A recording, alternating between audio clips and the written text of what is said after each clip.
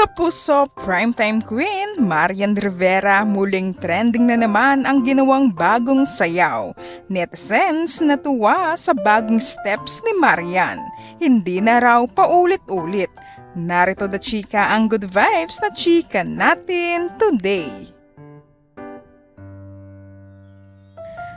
Nag-ala-Jenny ng Blackpink si Marian Rivera.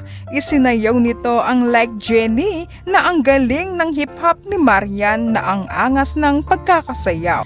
May laban pala si Marian kung sakaling mag-collab sila ni Niana Guerrero sa hip-hop.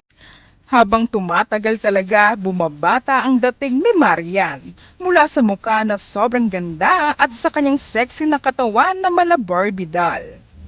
Alagang-alaga talaga ng ating primetime queen ang kanyang sarili. Kahit na may 2 anak na ito, hindi pinapabayaan, lalo pang pinapaganda ang sarili.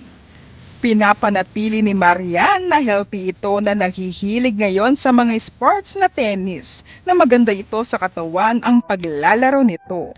Ngayong araw nga ay naglaro silang pamilya at sabi nga ni Dong sino raw ang nanalo sa kanila, kung blue team ba o red team. Ang saya ng banding ng pamilya Dantes at ito na nga ang aliw na good vibes na video na pinasilip ni Dong na nakakatuwa silang panoorin na naglalaro sila ng soccer. Nakakatuwa si Marian palaban kahit saan, hindi nagpapatalo. For sure, blue team ang nanalo, ang team ni Marian, Dong at Sixto.